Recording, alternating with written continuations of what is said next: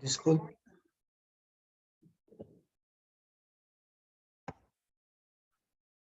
Bien, pues ya estamos listos. Ya están enlazados sus compañeros.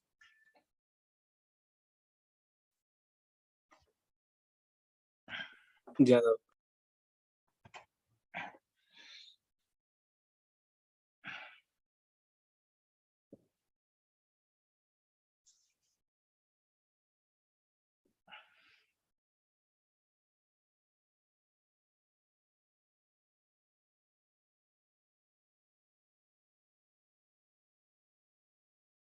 A la hora que gusten, ¿eh?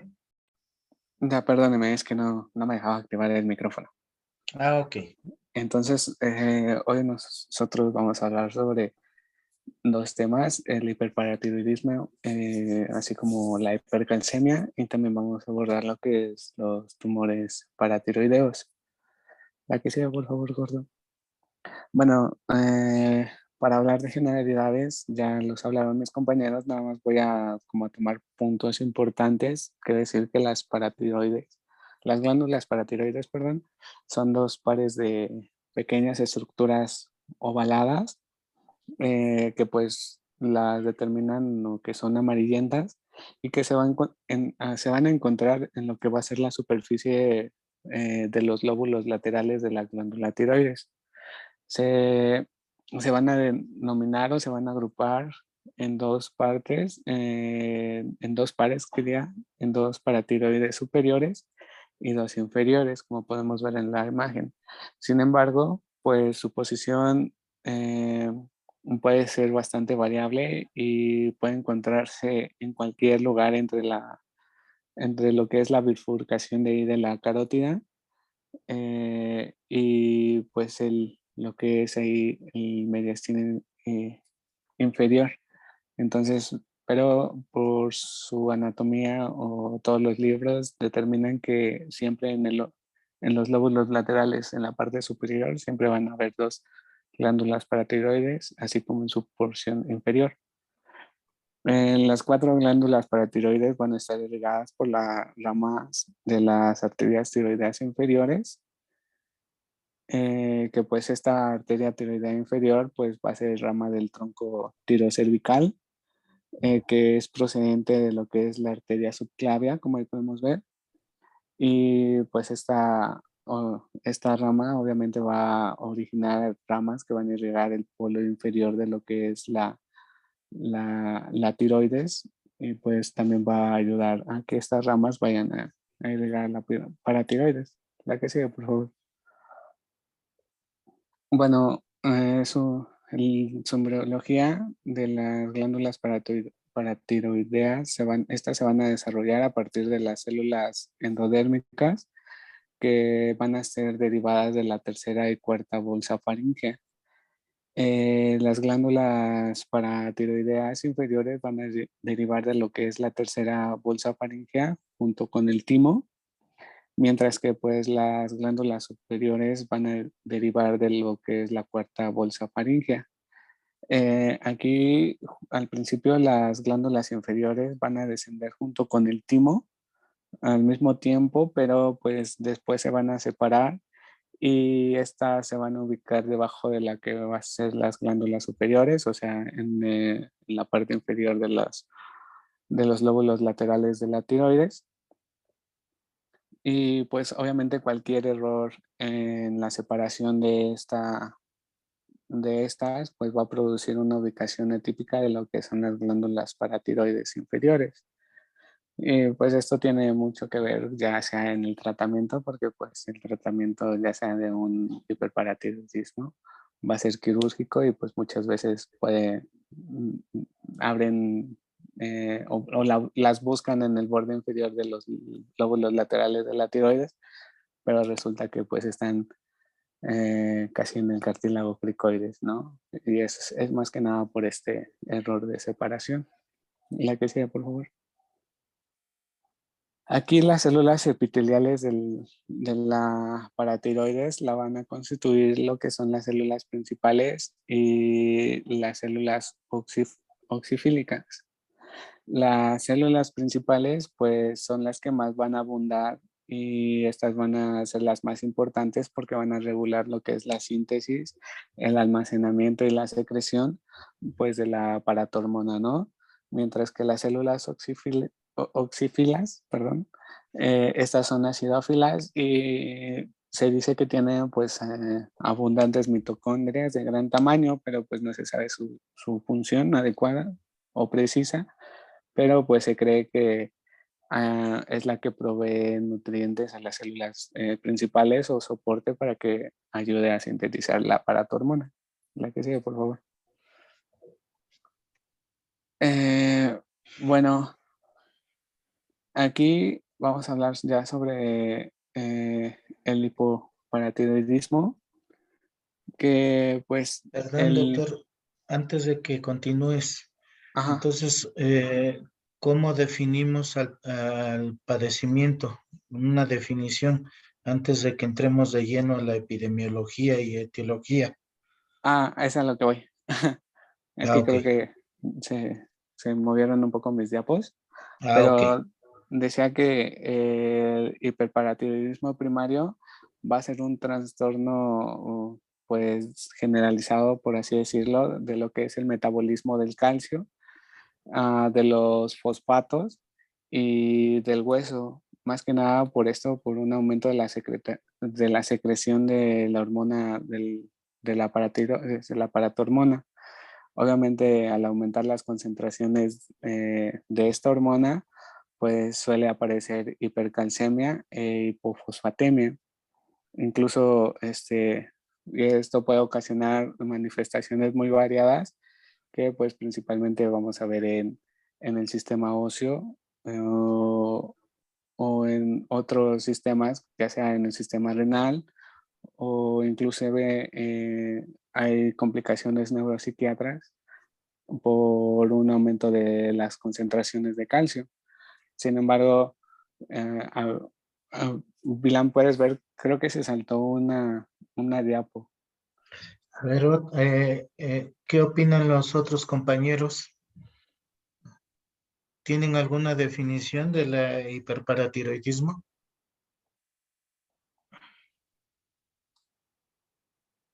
¿No?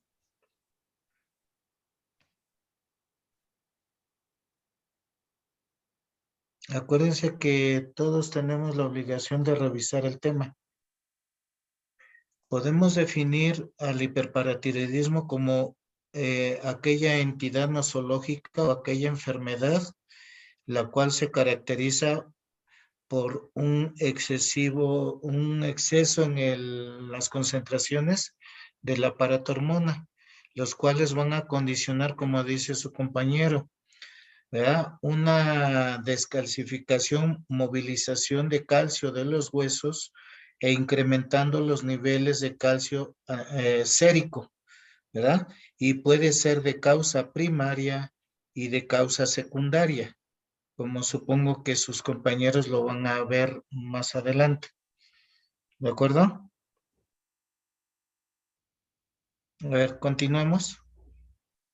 Y bueno, eh, el paratiroidismo primario es más común en mujeres que en varones, esto con una relación de 2 a 1. Este hiperparatiroidismo primario se va a caracterizar por una mayor proliferación de las células paratiroideas y pues obviamente va a aumentar la secreción de paratormona. Es decir, que va a haber una hiperplasia, ¿verdad? De la Ay, glándula hiperparatiroidea. así es. Esto pues obviamente es independiente de las concentraciones de calcio, ya que pues sabemos que la paratormona ah, influencia mucho sobre la acción y las concentraciones de calcio, pero el calcio en un hiperparatiroidismo primario no influye. Sí. Y bueno, la etiología. Aquí se desconoce la causa exacta del hiperparatiroidismo primario, aunque pues se dice que la exposición a dosis bajas de radiación de ionización terapéutica, pues ya sea cuando hay un carcinoma en la tiroides, o inclusive que haya predisposición familiar. Explica algunos casos de que pues los pacientes presenten esta enfermedad. Sin embargo, otras causas incluyen pues que haya una fuga renal de calcio, que el calcio esté disminuido y haga que pues la paratormona se siga secretando, y así como pues obviamente si hay una disfunción renal con la edad hay alteración de estos valores de los iones, y pues obviamente la paratormona trata de compensarlo, ¿no? También había una causa un poco genética, pero pues obviamente hay algunos genes del receptor de la paratormona que pues está dañado, y eso hace que se active o que sintetice de más la paratormona. Esta es la que decía un poco la que me faltaba. Más que nada porque, pues, obviamente aquí quería explicar cómo es que actúa la hormona paratiroidea. Y esto es porque las células paratiroideas van a depender de un receptor de membrana que va a estar unido con proteína G llamado receptor sensor de calcio, el CASR. Entonces, cuando hay un daño en este CASR, en este gen, pues obviamente va a haber una hipersecreción de esta paratormona. Aquí va a regular la secreción de paratormona mediante la percepción de las concentraciones extracelulares de calcio. Sin embargo, recordemos que pues la homeostasis del calcio es el catión que más abunda en los seres humanos y va a desempeñar varias funciones en el cuerpo, ¿no? Ya sea ya sea la secuencia de excitación-contracción en los tejidos musculares o la transmisión sináptica en el sistema nervioso, ya sea para activar la coagulación o necesaria para la secreción de otras hormonas, ¿no? Entonces, pues obviamente aquí las concentraciones extracelulares de calcio pues son más o menos 10,000 veces mayores que las concentraciones intracelulares. Y pues obviamente ambas concentraciones están reguladas de una manera estricta. Aquí el calcio, pues como ya lo dijeron mis compañeros anteriormente, se va a absorber en el intestino delgado en su forma inorgánica, y se va a almacenar en calcio extracelular después, que es aproximadamente unos 900 miligramos, que pues esto representa solo, decía el libro, que muy poco de lo que es la reserva en el cuerpo, ¿no? Porque la mayoría de la parte del calcio va a estar secuestrada en lo que es en los huesos axiales, o bueno, en todos los huesos. Eh, Casi la mitad del calcio sérico pues adopta la forma ionizada, que es entre 5,2 miligramos sobre mililitros o 1,1 a 1,3 miliosmoles, que es la forma activa, y el resto va a estar unido en la albúmina, y un 40% más o menos, y lo demás va a estar unido a unos iones orgánicos como el fosfato o el citrato. Es por eso que cuando hay un aumento de lo que es la concentración de paratormona en el hiperparatiroidismo, también vamos a encontrar un aumento de estos iones, que es el fosfato y el citrato. Ya mi compañero cuando de hipercalcemia nos va a explicar más este proceso, pero pues yo así a grandes rasgos, ¿no? La que sigue, por favor. Y bueno, ¿cuáles son las manifestaciones clínicas? Yo de verdad encontré que hay manifestaciones clínicas en todos los órganos, en todos. Entonces es muy amplio su cuadro clínico. Los pacientes con hiperparatiroidismo primario, pues decía que antes solían presentarse con 5 síntomas, y si tenía esos 5 síntomas, pues obviamente se pensaba que tenía un hiperparatiroidismo, que eran los cálculos renales, el dolor óseo, si tenía pues gruñidos abdominales o fatiga. E inclusive decían que si tenía gemidos, pues yo me imagino que era por el dolor óseo, ¿no?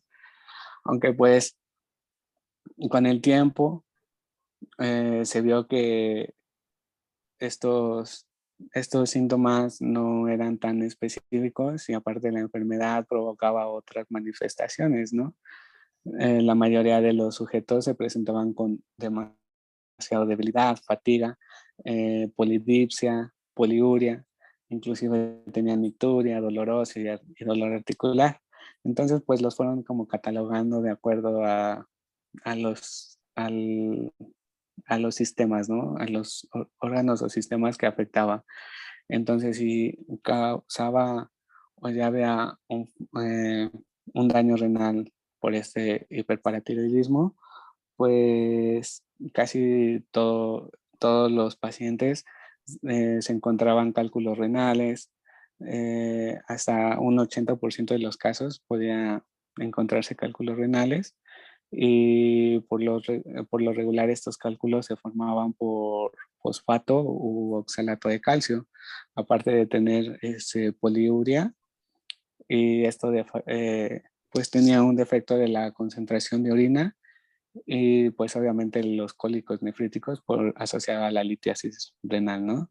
Si tenía ya una enfermedad ósea, la enfermedad ósea pues se presentaba osteopenia, el paciente presentaba osteoporosis, una osteolitis ya demasiado grave que ya incluso ya se estaba como que cicatrizando esa parte. Y aunque esto es un poco raro que se presente en los pacientes, por lo general hay un aumento de recambio óseo y esto puede identificarse en lo que son las concentraciones de fosfatasa alcalina en sangre. Obviamente va a salir alta y pues también se puede caracterizar por una radiografía, ¿no? Por datos radiológicos patognomónicos en las manos. Y aquí decía que pues se muestra como hay una resorción ahí superióstica que pues obviamente ahí se ve en los primeros dos dedos y, o inclusive a veces es muy evidente lo que es el primer dedo, en el dedo gordo. También se pueden observar quistes óseos y también penachos o radiografía con penachos en lo que son Se las cortó falanges la, distales. se dejó de escucharte. Bueno, Sí, ahorita mm, ya te sí. escucho. Ah, ok. ¿En dónde más o menos? Bueno, va a repetir todo lo de enfermedad ósea, ¿no? A ver, vamos a resumir. Entonces tenemos que las manifestaciones clínicas habitualmente su inicio es insidioso. Solo vamos a poderla diagnosticar como tal, ya en los estadios en los que hay trastornos secundarios relacionados con el metabolismo del calcio, ¿verdad? Como decías, la generación de litiasis en diversas partes del organismo, principalmente urinario. Inicialmente son síntomas vagos que pueden confundirse con cualquier otro padecimiento, como astenia, dinamia, malestar general, dolor abdominal, ¿verdad? Fatiga, debilidad. Ya cuando hay perdón, y náuseas, vómito, pérdida de peso relacionado con la ingesta dietética, ¿verdad? Con el trastornos alimentarios. Pero habitualmente ya, cuando ya hay manifestaciones relacionadas con el metabolismo del calcio, como mencionas, la formación de cálculos renales, pues ya vamos a encontrar problemas relacionados a la litiasis renoureteral, como es el dolor referido lumbar que se irradia hacia la región púbica, ¿de acuerdo?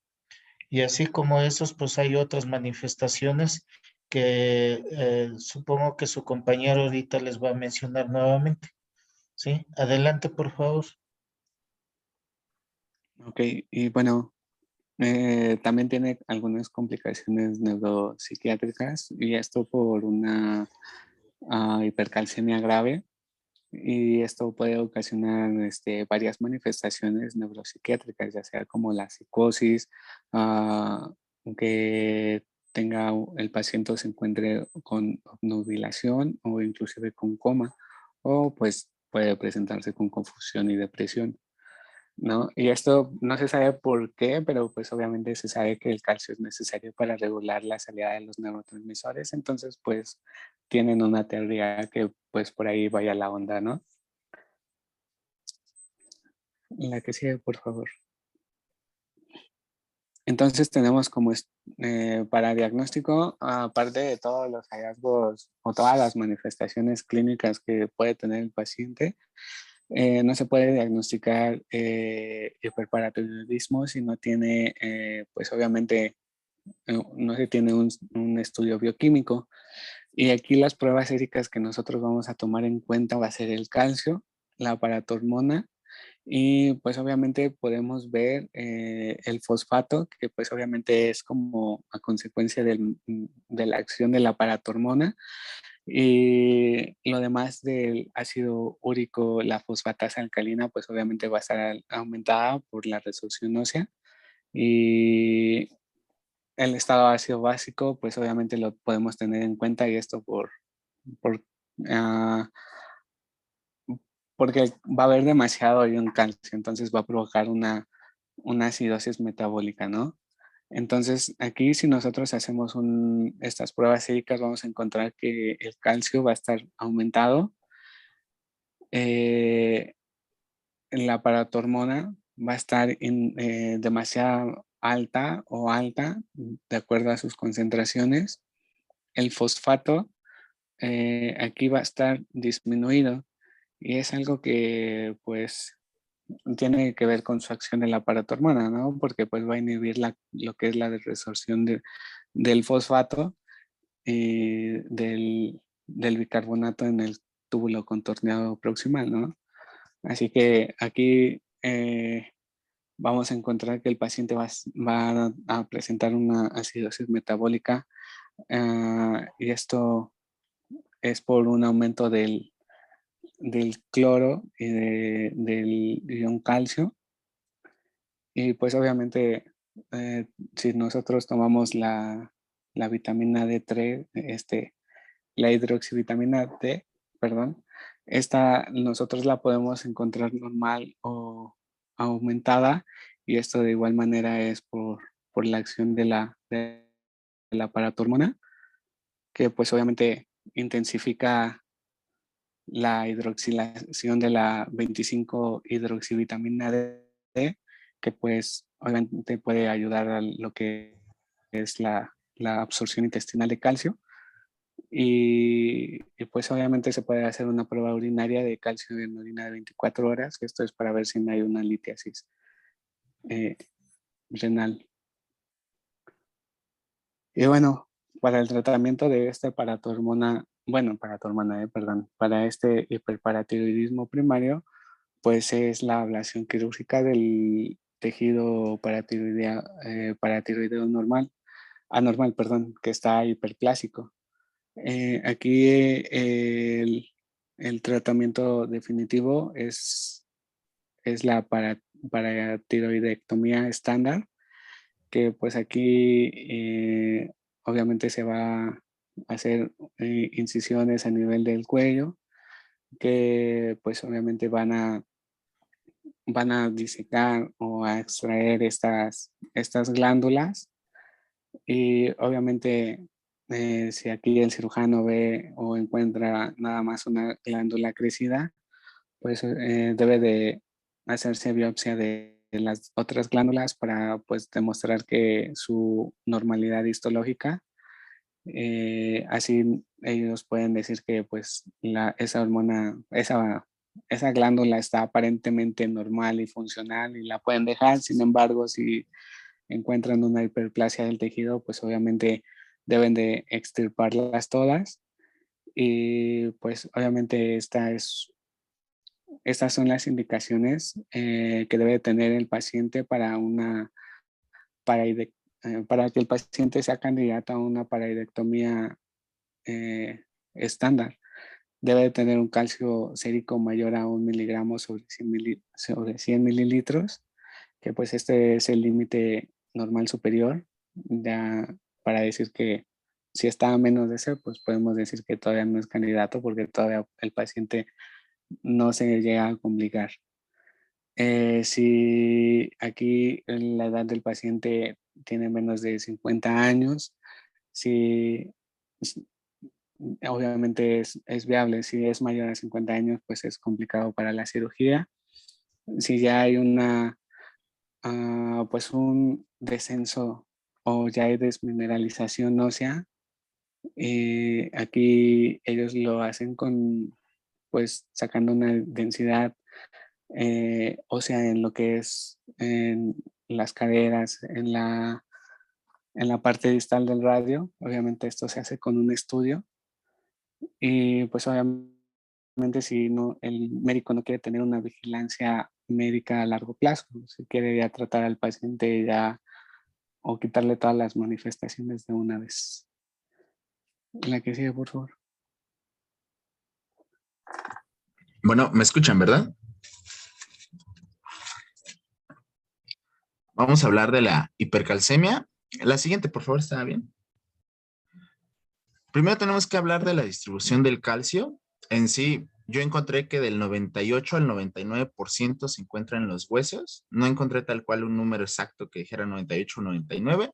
Solo mencionaban los dos. El 1% se encuentra en el plasma y de este 1% se va a conformar la calcemia. Del 1%, la mitad, como ya lo había mencionado mi compañero, o sea, el 50% de ese 1% va a estar libre y a esto se le va a conocer como calcio iónico. El otro 50% va unido a aniones, de los cuales 40% está unido a la albúmina y el otro 10% va unido a otros aniones como el citrato, el fosfato, lactato, bicarbonato, entre otros. ¿Qué sucede? Si la albúmina disminuye, el medio del calcio disminuye también, ya que no tiene un medio de transporte. La siguiente, por favor. Tal cual, este es el metabolismo. La ingesta diaria de calcio va a ser de 360 miligramos aproximadamente, de los cuales el intestino se va a encargar de absorber solamente 100 miligramos netos diarios. Como pueden observar, el riñón se encarga de absorber casi todo el calcio de filtrar casi todo el calcio, solo excreta 100 miligramos. Es decir, se absorben 100 y se excretan 100 todos los días, ¿no?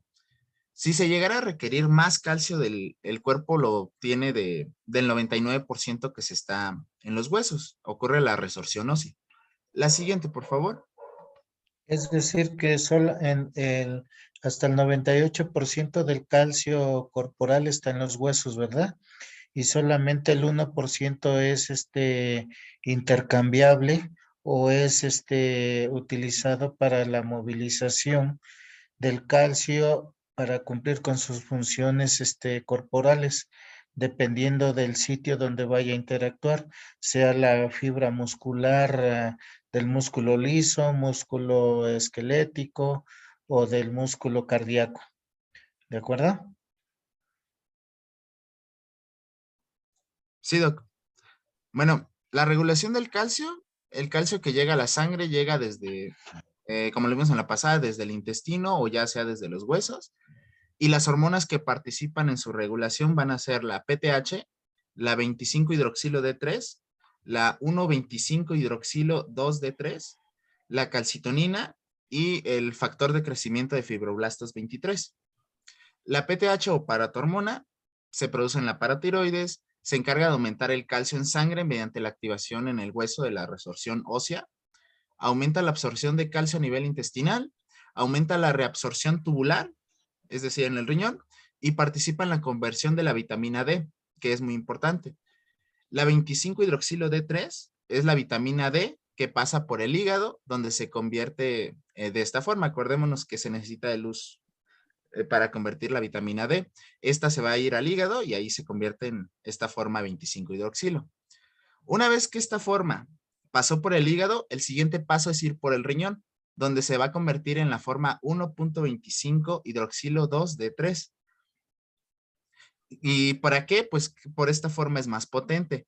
Esta forma ya activa va al hígado, donde se favorece la absorción de calcio. También cumple con otras funciones como aumentar el depósito de calcio en la matriz ósea. La siguiente es la calcitonina, que se produce en las glándulas tiroides.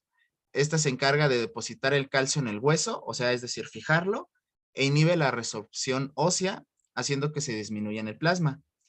Y por última, la FGF23 o factor de crecimiento fibroblástico 23.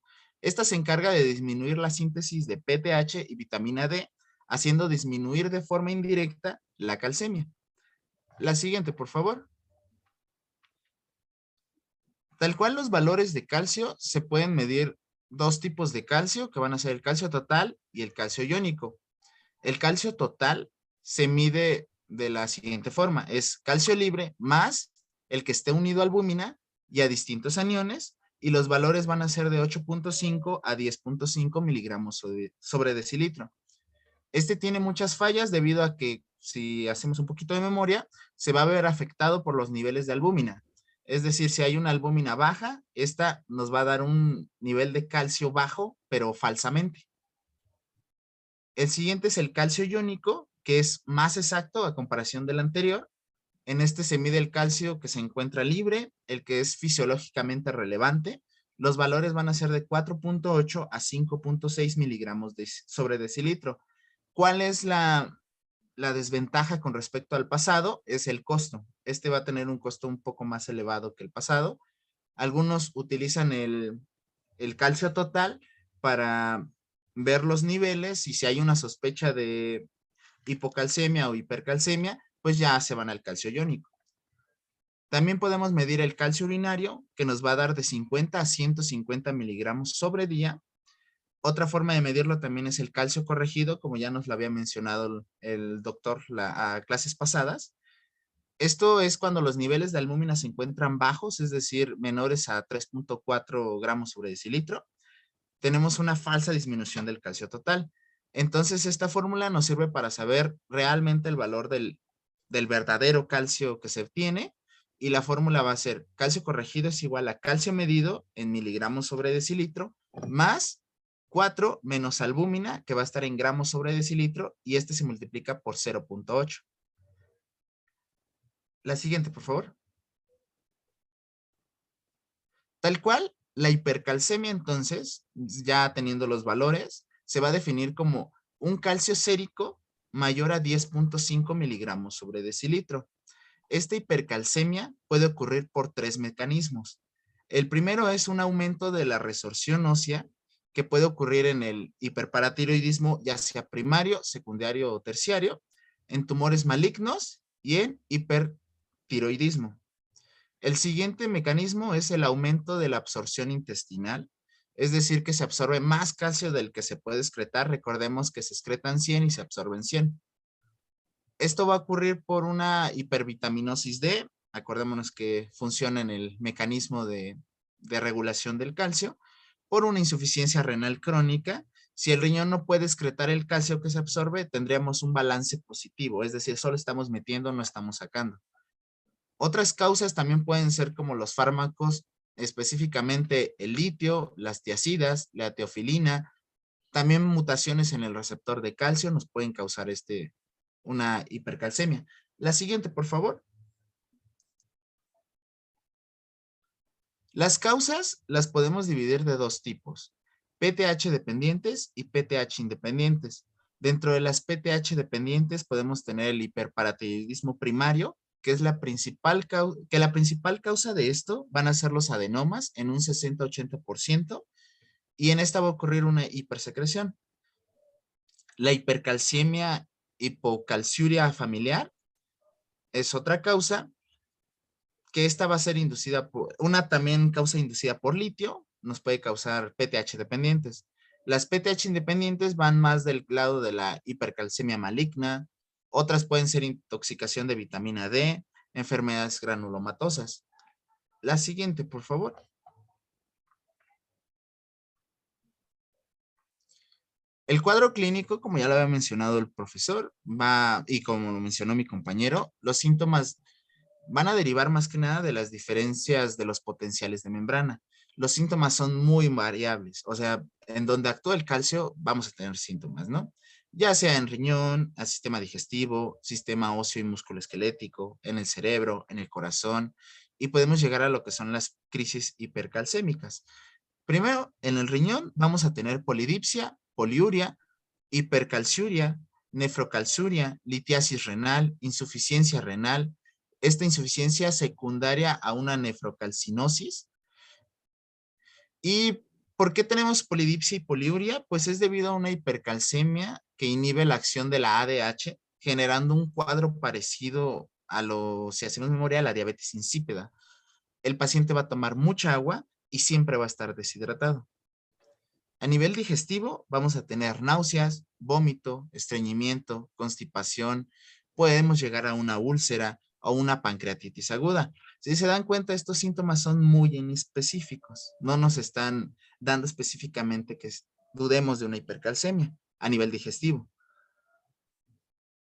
A nivel óseo y musculoesquelético, podemos tener una osteoporosis si la PTH está aumentada, una debilidad, aumento en el umbral de excitación muscular, que también nos puede provocar una hipotonía. A nivel del cerebro, vamos a tener desorientación, letargo, fatiga, insomnio, irritabilidad, depresión, hipotonía, hiporreflexia. A nivel del corazón, como lo mencionó mi compañero, unas arritmias, un QT corto, podemos llegar a tener hipertensión. Nomás como mención, en la hipocalcemia se presenta un QT largo. Podremos tenerlo como para diferenciarlo, ¿no? En esta se presenta QT corto, en la hipocalcemia QT largo. En las crisis hipercalcémicas es cuando se presentan todos los síntomas anteriormente mencionados en un periodo de tiempo corto.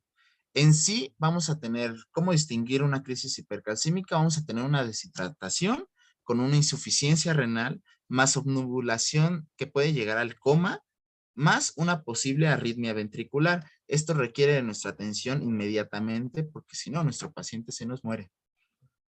¿Gusta mencionar algo, doctor? Bueno, en relación a esto, cabe hacer mención que afortunadamente los trastornos o síntomas cardiovasculares pues no son comunes y tendríamos que tener una hipercalcemia grave para que pues ya tenga efectos sobre el potencial de acción transmembrana. Si recordarán el potencial de acción,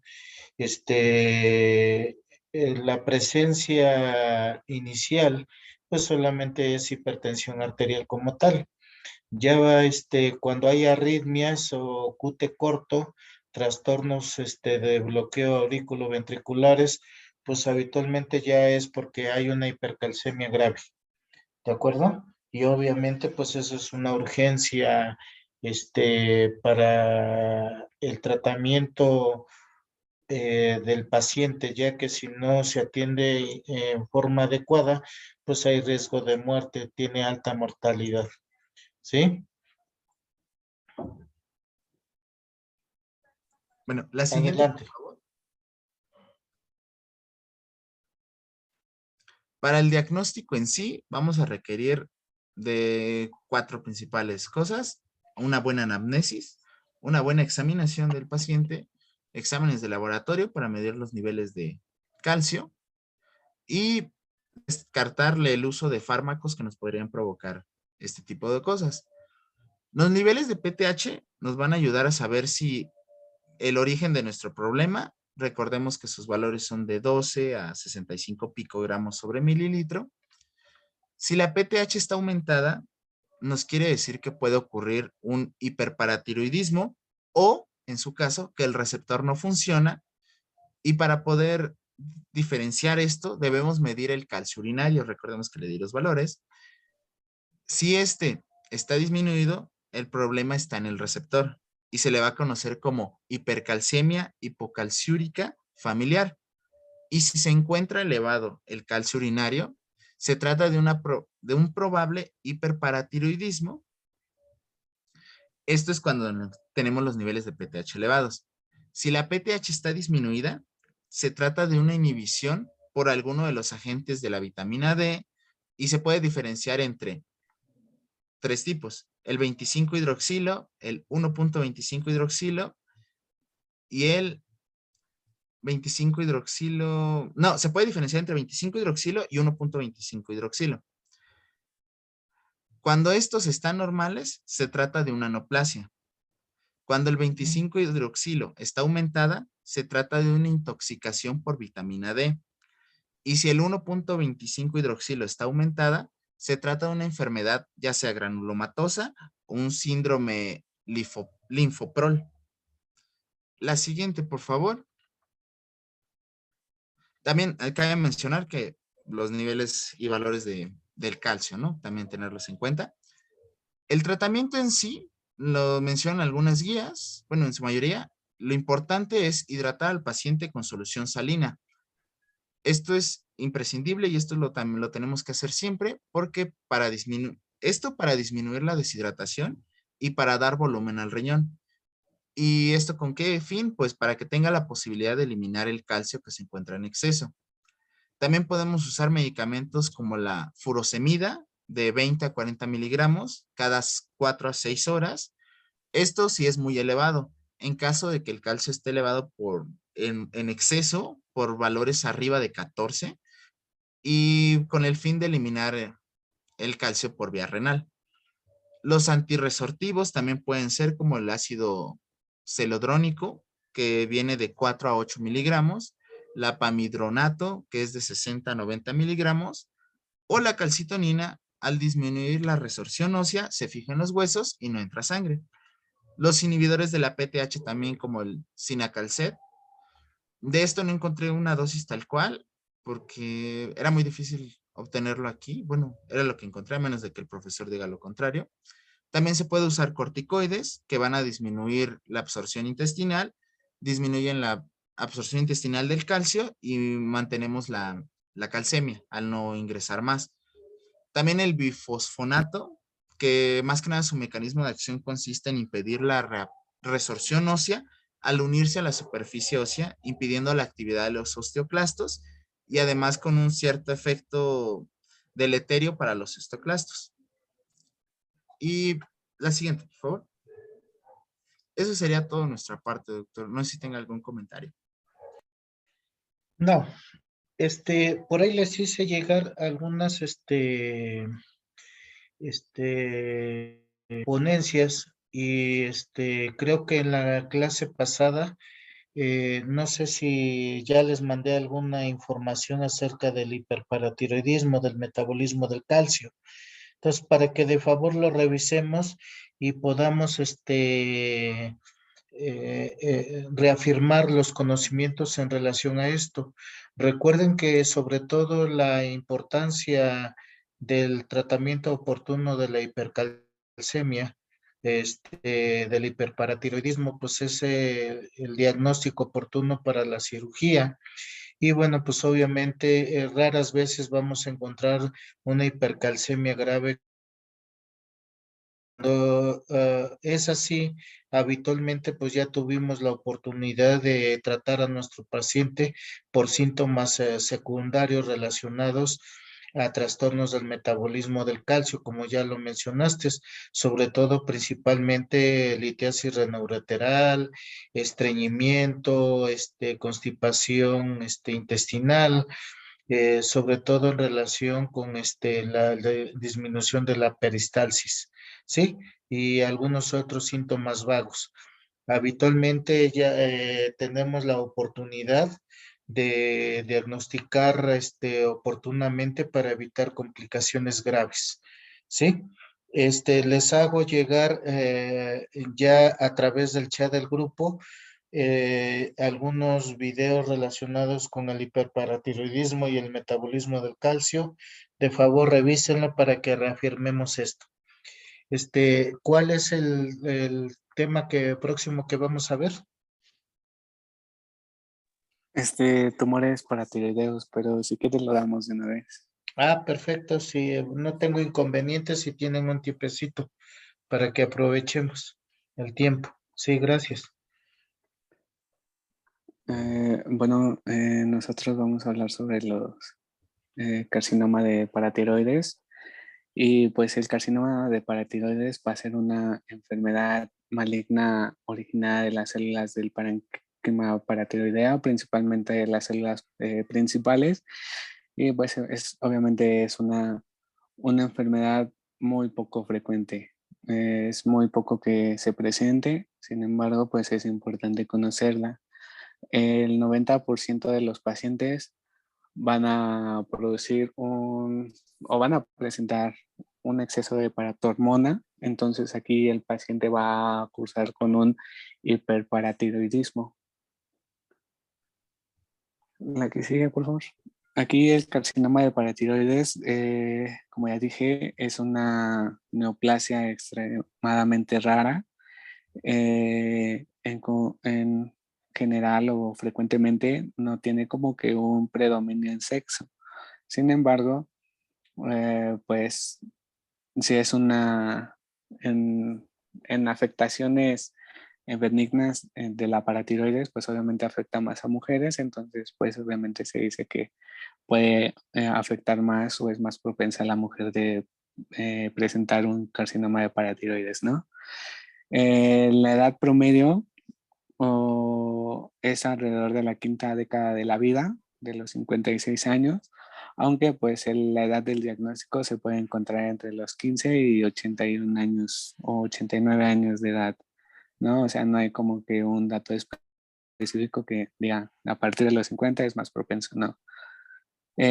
También, pues esto porque también se han descrito pues pocos casos en personas jóvenes. Aquí también tiene que ver la etiología del carcinoma de paratiroides, también es algo incierta, no se sabe por qué se asocia. Sin embargo, pues los libros dice que se asocia más como a formas esporádicas o formas familiares, que sus familiares o tengan antecedentes familiares, mejor dicho, de un carcinoma de paratiroides, ¿no? Así como pues también si hay algunos daños en algunos genes, ya sea como en el gen de la neoplasia endocrina múltiple tipo 1 o el síndrome hiperparatiroidismo hereditario, así como el tumor de mandíbula, son algunos genes que pues están como que afectados en estos pacientes. También hay un gen que pues recientemente se ha implicado también, que pues obviamente se ha visto que es más del 70% de estos pacientes presentan mutación del gen HRPT2, que pues obviamente se asocia con el síndrome de hiperparatiroidismo, así como pues tumores de la mandíbula y maxilares. Este síndrome pues es conocido por presentarse en personas jóvenes con hiperparatiroidismo y más que nada también presentan tumores mandibulares y maxilares de un carácter un poco fibroso. Entonces, eso es como la característica de este nuevo gen que está afectado y así es como se presenta en estos pacientes. La presentación clínica en la mayoría de los carcinomas de paratiroides son funcionantes. Esto quiere decir que van a liberar excesivamente esta paratormona. ¿Y cuál va a ser Va a ser la sintomatología de un hiperparatiroidismo, que ya lo vimos, así como que también la mayoría de estos pacientes obviamente se le debe de hacer un examen cuidadoso del cuello y puede revelar la presencia de una masa firme en el cuello palpable, ¿no?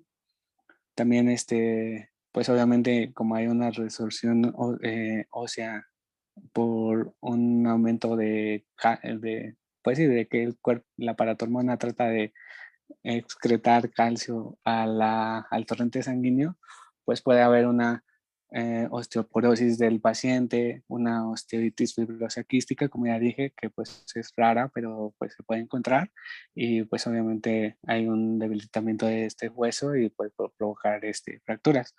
También, como ya dije, la nefrolitiasis es es un síndrome que puede ser ocasionado por un hiperparatiroidismo o un exceso de calcio.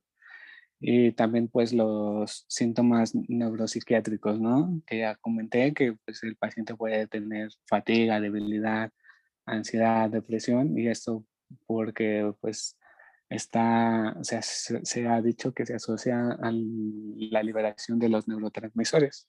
La que sigue, por favor.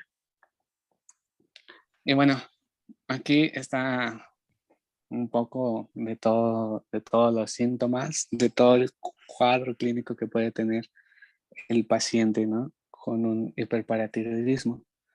Pero no hay que olvidar que, pues, si el paciente tiene mayor a 56 años, bueno, mayor a la quinta década de la vida, con síndromes de hiperparatiroidismo, hay que examinarlo del cuello para ver si no encontramos una masa palpable que nos oriente a que sea un carcinoma de la paratiroides y no un hiperparatiroidismo, ¿no? La que sigue, por favor.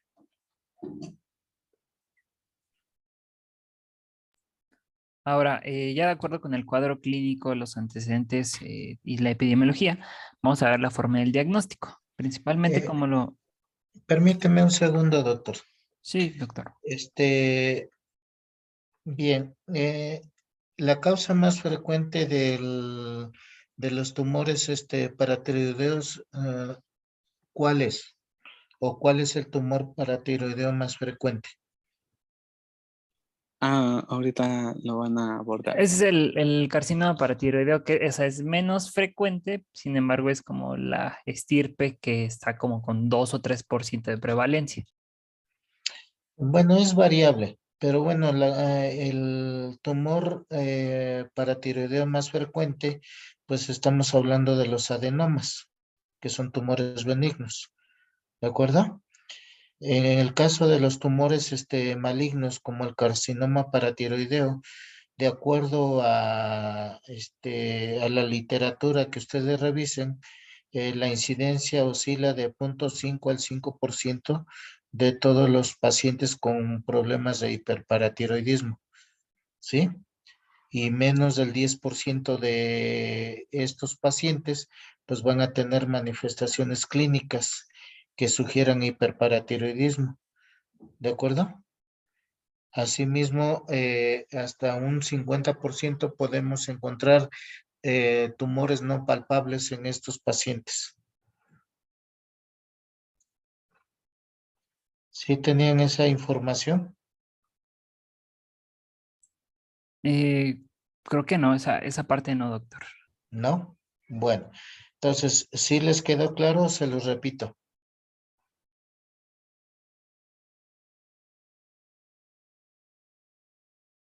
No ¿Se la les puede escucho. repetir, por favor? Ok. Entonces les decía que dentro de todos los tumores paratiroideos, los más frecuentes son los adenomas, ¿correcto? ¿Sí o no, doctores que están exponiendo? Sí, doctor. ¿Sí? Esos son los más frecuentes, los benignos, en el caso del adenoma paratiroideo. Para los carcinomas paratiroideos que son hiperfuncionantes y son malignos, de acuerdo a la literatura que ustedes revisen, van a encontrar una incidencia en promedio de 0,5 al 5% de los sujetos que tienen hiperparatiroidismo. De todos estos sujetos que tienen hiperparatiroidismo, menos del 10% no vamos a encontrar manifestaciones clínicas, ¿verdad? Claras de hiperparatiroidismo. Y de estos mismos, cerca del 50% podemos no encontrar tumor palpable en el cuello, ¿sí? ¿De acuerdo?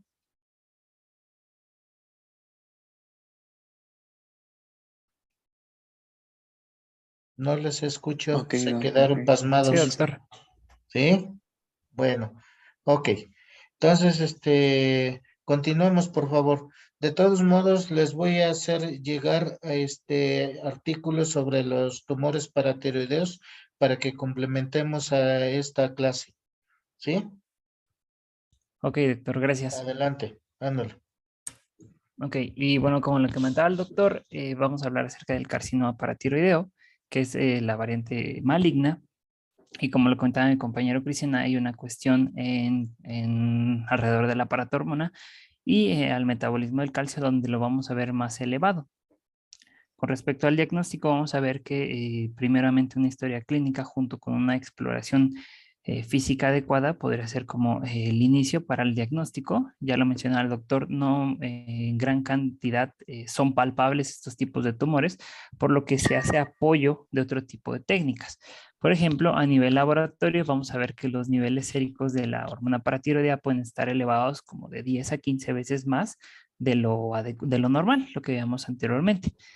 También estudios donde medimos la calcemia, que es más alta, por ejemplo, que en otros padecimientos y suele ser mayor arriba de los 14 miligramos por decilitro. Ya lo veíamos con nuestro compañero Omar, que presentó los niveles adecuados, pues aquí los vamos a encontrar elevados. También los niveles de fosfatasa alcalina y subunidades tanto de la gonadotropina coriónica humana pueden ser mayores en este tipo de pacientes. Esto es como también para darnos el apoyo por medio de laboratorios. Otra cuestión que mencionaba mi compañero Cristian es hablando más de unas mutaciones de genes, por ejemplo, la proteína CDC73, que la mencionó como la HRPT2, que va a codificar para la proteína fibromina, que tiene una función especial como supresora de tumor. Pues bueno, se puede hacer el mapeo de este tipo de gen y darnos cuenta que hay de lesión. Por lo tanto, proliferación de una masa neoplásica, de un crecimiento neoplásico, pues va a ser el que vemos precedido debido a esta supresión de este gen. Otra de las cuestiones que también tenemos es las que están asociadas a tumores mandibulares, lo mencionaba mi compañero anteriormente, o un cáncer de paratiroides aislado, o la cuestión más familiar. Otra cuestión, podemos verla indagando en la familia que sea de tipo esporádico y que se encuentren mutaciones de tipo más somáticas o más puntuales, que estas se van a dar de 40 al 90% de los casos y de estas 30% pues van a terminar en un pronóstico más grave. Otro de los genes que hemos involucrados es el ME1, que va a codificar para una proteína que se llama menina, que también tiene función de supresor de tumores, que en cuestión a mutaciones, pues vamos a ver inactivas.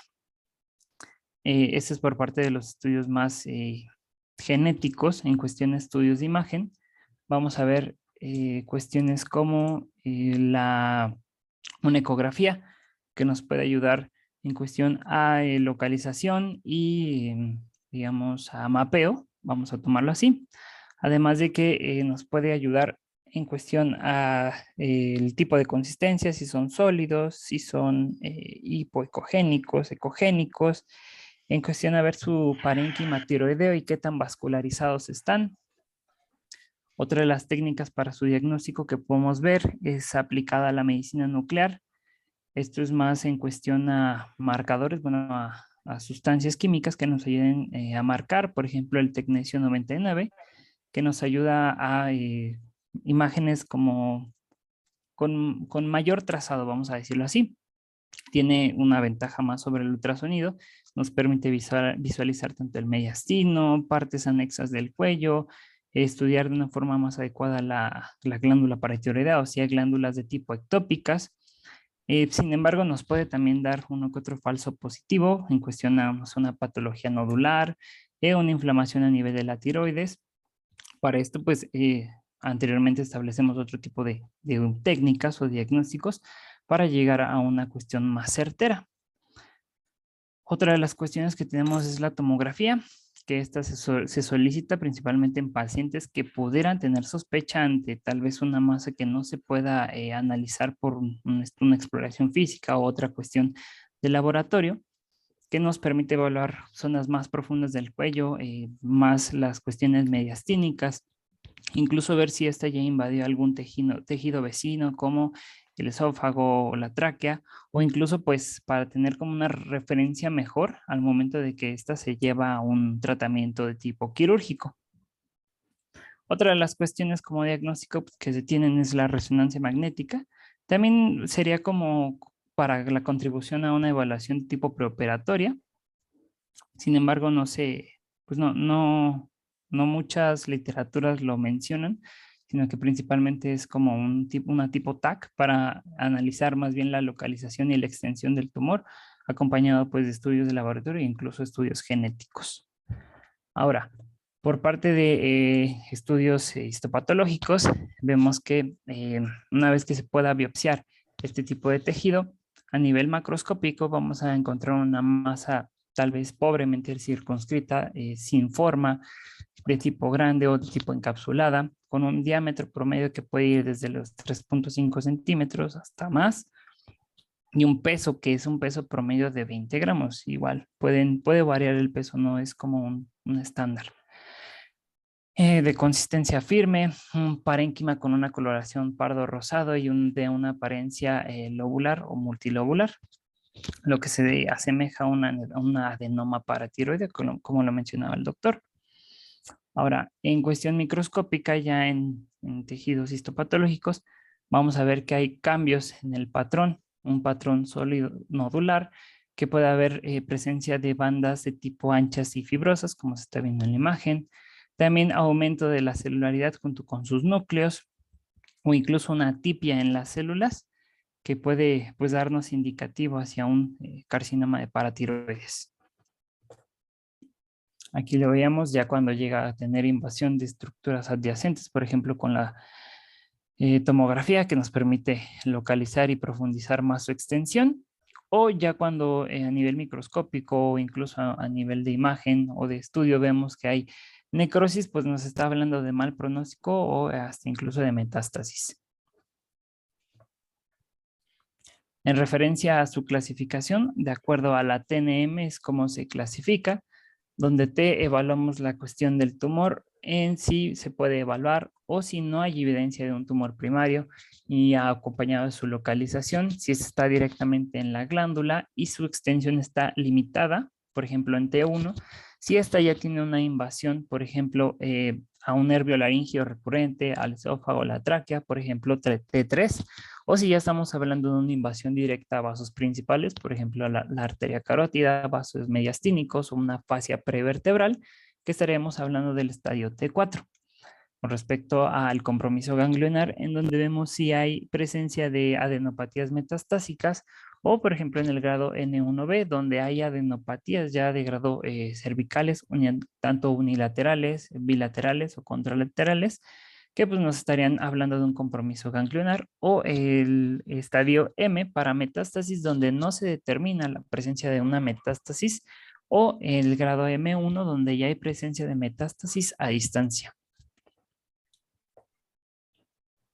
Ahora, con respecto al tratamiento, debido a que ese tipo de, de neoplasias se presentan de una forma pues no tan común, de forma inusual, la eficacia de la quimioterapia y la radioterapia pues no es tan convincente, o mencionan algunas literaturas que no es tan fácil de demostrar. Algunas mencionan que el uso de carbacina solo o en combinación con un medicamento que se llama 5-fluorouracilo o la ciclofosfamida han dado pocos resultados, al igual que otros fármacos como la doxorubicina y la vincristina, que pues no tienen tanta respuesta como se esperaría. Para esto es que se emplea parte de la radioterapia y parte de un tratamiento quirúrgico. La radioterapia como un tratamiento de forma primaria que no muestra una efectividad tan como se esperaría, sin embargo es de utilidad, aunque su uso después de la cirugía de cuello puede ayudar a la prevención de recurrencias o incluso mejorar la calidad de vida. Principalmente en este tipo de pacientes se debe de controlar las cuestiones hipercalcémicas, como lo veíamos anteriormente, y posterior a esto comenzar con el tratamiento, ya sea de tipo quirúrgico o de tipo farmacológico. También lo veíamos en hiperparatiroidismo, el uso de bifosfonados para disminuir esos niveles de calcio y evitar esa interacción con la matriz ósea, inhibiendo la reabsorción. Dentro de esto, pues el principal manejo antes de someterlo a tratamiento es nivelar las cuestiones hipercalcémicas, ya sea con sus soluciones fisiológicas, con bifosfonados o con otro tipo de medicamentos.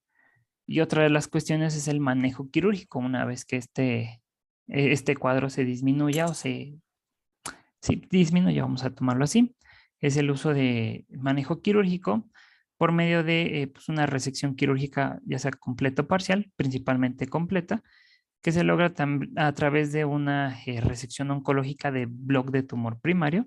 Esto es evitando la ruptura de la cápsula y asegurando los márgenes libres del tumor que previamente ya se mapearon con la tomografía.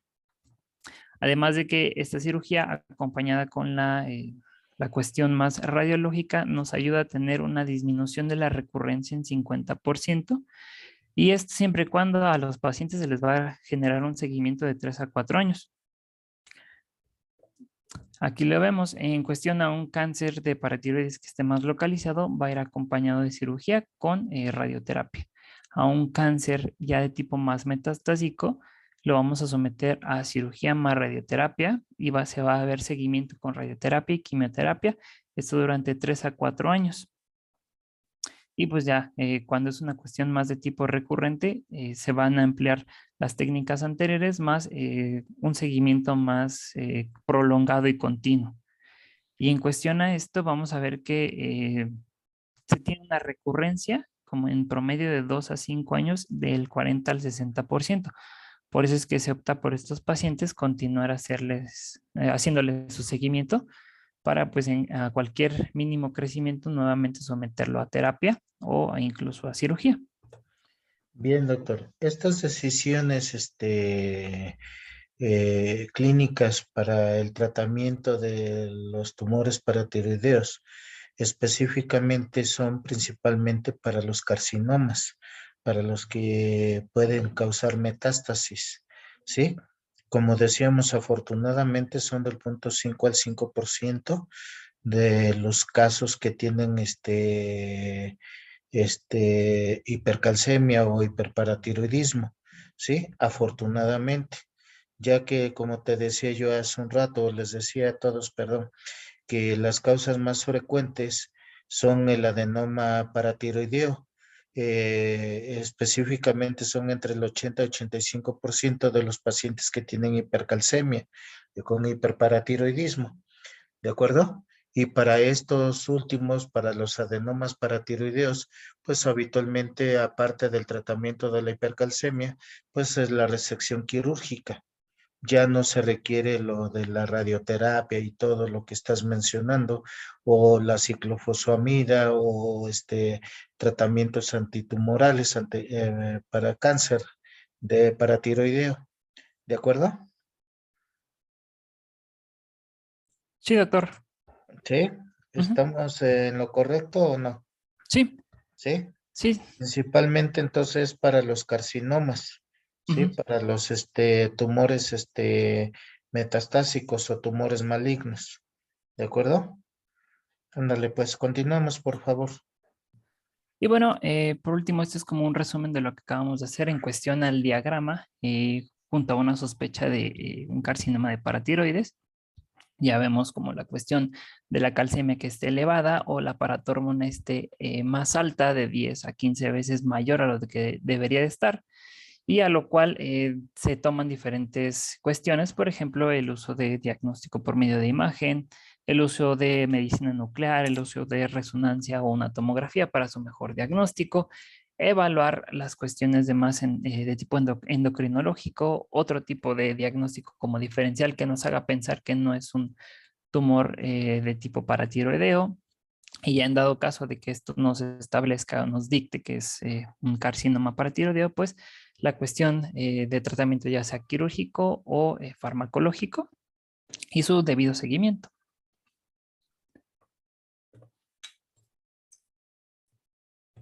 Y eso sería todo. Ok, doctor. Bien, ¿alguna otra consideración que quieran hacer sus compañeros?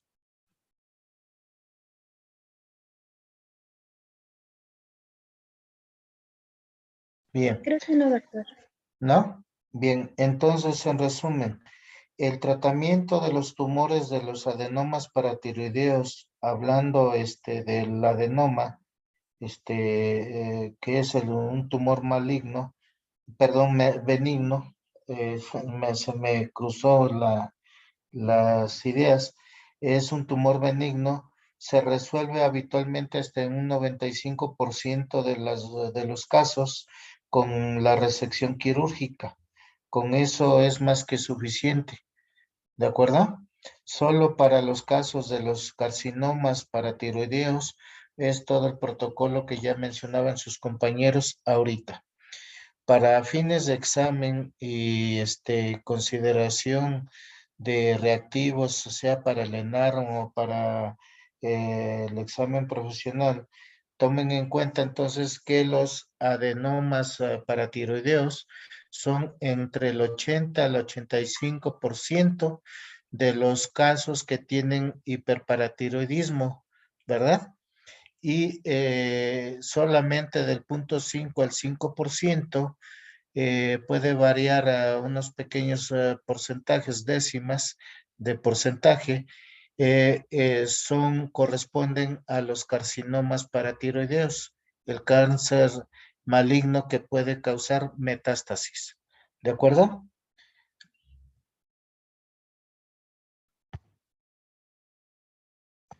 Sí, doctor. Sí, doctor. Sí, bien.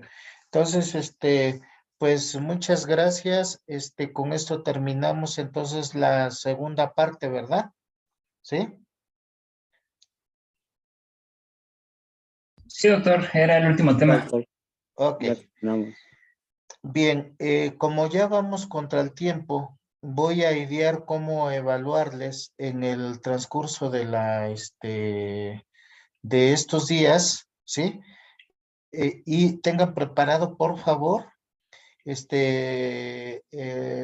las generalidades de páncreas, me parece que es el que vamos a ver, ¿no? ¿Sí?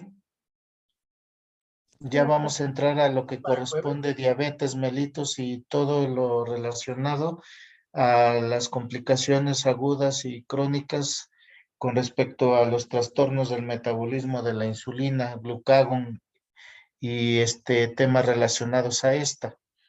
¿Sí? ¿De acuerdo? Sí, doctor. Sí, doctor. Bien. Entonces, ya nada más le comentaba yo a uno de sus compañeros. Yo les voy a dar la clase en sí como de diabetes mellitus tipo 1 y tipo 2. Yo la voy ya la tengo preparada, ¿sí? Pero me interesa, creo que uno de sus compañeros también la iban a preparar. Si gusta, me pueden auxiliar al momento que estemos dando la ponencia. Al igual se los voy a evaluar, no hay mayor problema. Lo que sí quiero es que con respecto a la diabetes, como que nos va a servir de preámbulo o como complemento para la hora que vamos a ver ya el tema de diabetes y todas sus variantes, es importante que veamos lo que son las clasificaciones, estratificación, el cribado, que recomiendan los expertos en diabetes, que se realiza cada año el ADA, ¿sí? De los expertos en diabetes de la Sociedad Americana. Entonces, me parece que hay dos equipos que, de acuerdo a la programación del temario, les había yo asignado. No sé si ustedes ya ubicaron quiénes son los compañeros que van a participar, ¿sí? Hubo cambios importantes desde el ADA 2017 con respecto a la importancia del escrutinio. Empiezan a manejar lo que es la importancia del ejercicio, lo que es la importancia de evitar hipoglucemias, en los pacientes, sobre todo geriátricos o pacientes con comorbilidad asociada que son incapaces de cuidarse por sí mismos, que requieren de una persona que les esté apoyando. Hay niveles de glucosa permisibles en personas de alto riesgo para evitar hipoglucemias. Entonces, quiero que vayamos analizando sobre todo qué cambios importantes se han ido realizando. Para esto tenemos obviamente que leer todas las hadas. Un equipo le va a corresponder desde el 2017 al 2019, ¿sí? Para que me preparen una ponencia con respecto a las características y cambios que van realizando los expertos en diabetes. Para el siguiente equipo es 2020-2021, donde vamos a profundizar principalmente en los cambios que hubo y sobre todo mencionar los criterios diagnósticos para diabetes y la importancia del cribado en personas de alto riesgo con trastornos metabólicos de la glucosa. ¿De acuerdo? Entonces, váyanlo preparando. Muy probablemente eso no lo vamos a ver en la próxima clase, pero bueno, si es posible, el primer equipo del ADA 2017-2019, téngalo listo. Entonces, vamos a ver generalidades de páncreas, anatomía, fisiología, embriología, ¿sí? Metabolismo de los carbohidratos. Quiero que el equipo que lo vaya a proporcionar me revise todo lo que es el metabolismo de la glucosa, el ciclo de Krebs, ¿verdad? Para la generación de ATPs y el tiempo que dura la reserva energética de glucógeno y cuándo es y cómo se echan a andar los mecanismos alternativos para la obtención de glucosa, es decir, de la gluconeogénesis y glucogenólisis. ¿De acuerdo? Creo que eso nos va a llevar pues la mayor parte de la hora del tiempo que vamos a tener en la próxima clase. ¿Sí? Pero no se confíen, como ya vamos contra reloj, a ver si es posible que ya vayamos teniendo preparado lo del ADA 2017 y 2019, de favor, ¿sí? ¿Quedó entendido o hay alguna duda o inquietud? Sí, doctor, está bien. ¿Sí? Muy bien, doctor. Gracias. Bien, Sí, el doctor. próximo jueves no les había comentado, pero ya me bajaron, ya no estoy en hospitalización, que era donde yo me podía dar un tiempo para asistirlos en la clase a una hora más precisa. Este jueves que pasó ya empecé a bajar a la consulta de medicina interna al segundo piso, ahí en el Belisario Domínguez. Sin embargo, tuve la necesidad, por orden de la dirección, de atender a un paciente que llegó a las 12:30, cuarto para la 1, de diabetes, para darle su tratamiento. En realidad no era una emergencia, pero pues ya ven, cuando se trata de autoridades, pues no se puede uno negar. Entonces, yo espero que en esta ocasión, este jueves, no tenga yo algún conflicto. Sin embargo, sí quisiera yo que vayan, analizando la posibilidad, si es posible, si no nos pudiéramos enlazar al mediodía. Quiero a ver si, se ponen de acuerdo, aunque sea en la noche, ahí que nos podamos enlazar una hora. El caso es recuperar las sesiones que tenemos para salir bien con lo que nos tiene marcado su programa. Yo sé que vamos contra el reloj, pero necesito cooperación de todos, sobre todo para que cumplamos con los objetivos del programa y que pues tengan los conocimientos básicos importantes de las entidades nosológicas que nos hacen falta. ¿De acuerdo? ¿Sí? Quiero su apoyo de favor, analicen y pónganse de acuerdo. A ver si alguna de las tardes, noches en las que puedan todos sacrificar un tiempecito para que podamos ir recuperando las sesiones. Y bueno, pues eso es lo que les quería decir y pues muchas gracias. Pasen buenas tardes y cuídense. Sí, doctor, gracias igualmente. Ok, Ándale, doctor. hasta luego. Gracias. Bye. Igualmente que se Ándale. bien. Hasta Bye, luego. hasta luego.